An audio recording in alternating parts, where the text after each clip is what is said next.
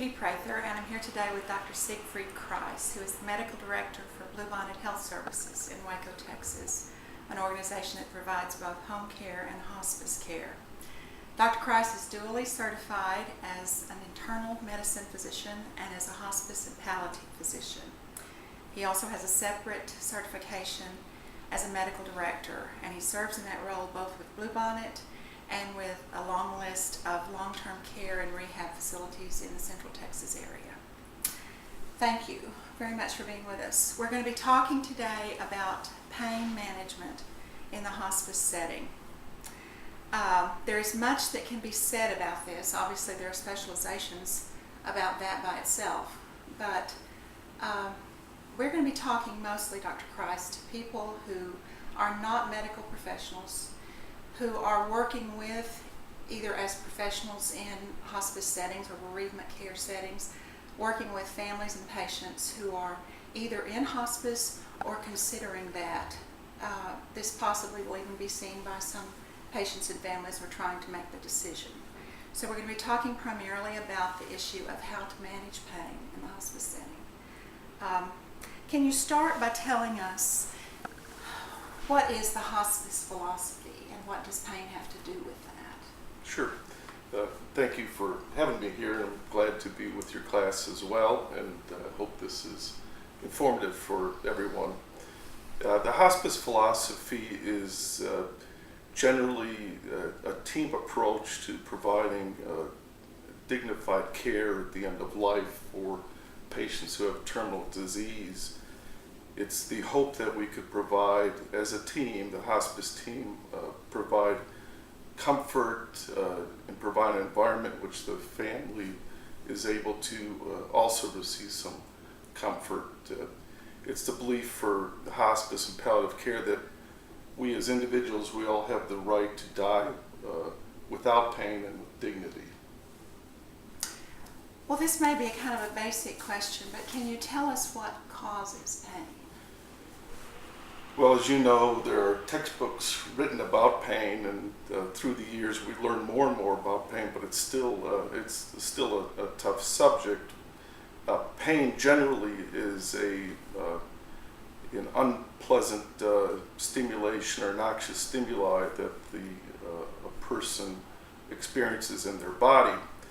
In hospice, we look at a concept called total pain, and total pain is a phrase coined by Dr. Cicely Saunders, who is the founder, known as the founder of the hospice movement.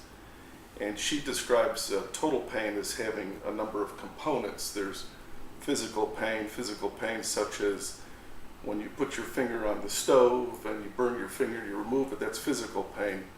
There's emotional pain such as anxiety and depression, loneliness, worry that you experience in the face of terminal disease.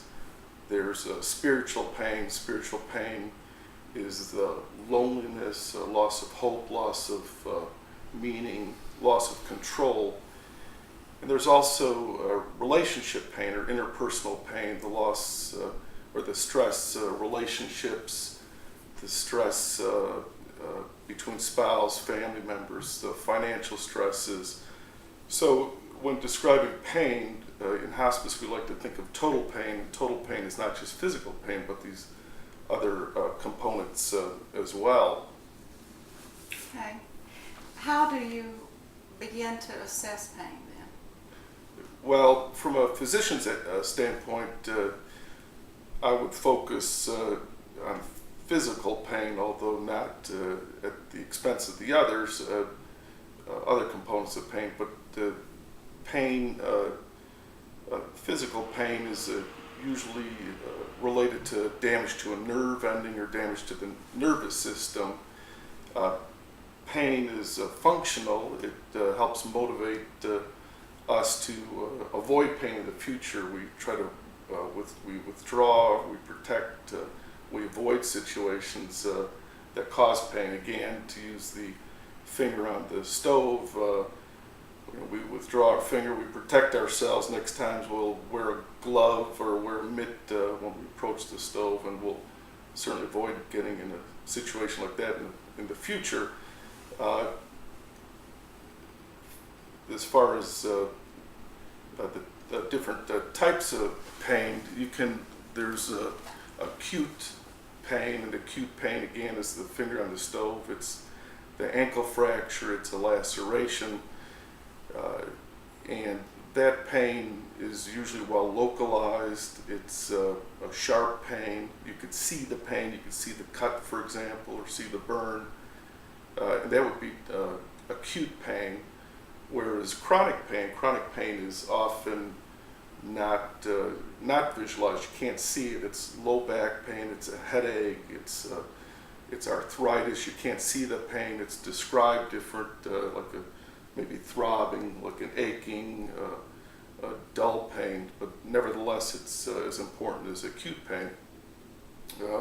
Other types of pain, physical pain, would be neuropathic pain. And neuropathic pain is something that you and all of you probably experience. It's when you bump your elbow and you hit your funny bone and you have numbness, tingling, shooting pain down your arm. Well, thankfully that type of neuropathic pain goes away in a few moments or minutes. Well, other people have chronic neuropathic pain. For example, the phantom pain when a patient has an amputation below the knee, and months later, despite that leg being long gone, they still experience that tingling, shooting pain down the leg as if it were there. So assessing pain, first we try to understand what type of pain. Is it acute, chronic, neuropathic, and then we try to look at the causes and incorporate the team members in making that assessment. What we have learned over the years is that the patient is the most reliable assessor of pain. It's not the physician, it's not the nurse, it's not the caretaker, it's the patient.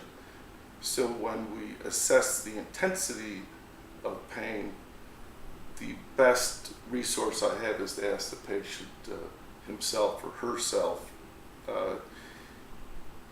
Also, what we've learned to understand over the last number of years is to get an objective assessment provided by the patient is probably the best way we can to measure and gauge our treatment of the pain. So we may ask on a 1 to 10 scale, how bad is your pain? Is it 10 so severe that you can't do anything, or is it 3 perhaps and it's tolerable?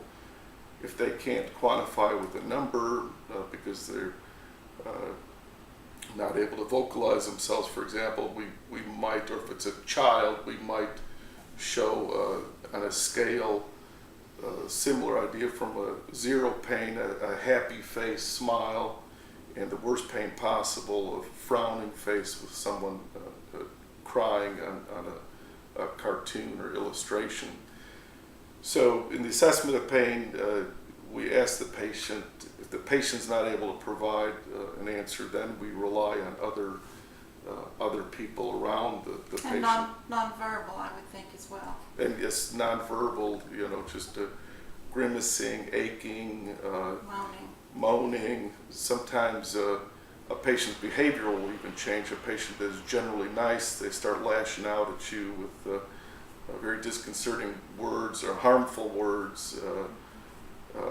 Other things we notice is patients, their sleep patterns change. They can't get comfortable, so they're up at night. They're grumpy during the day. So those are other indicators of the pain as well.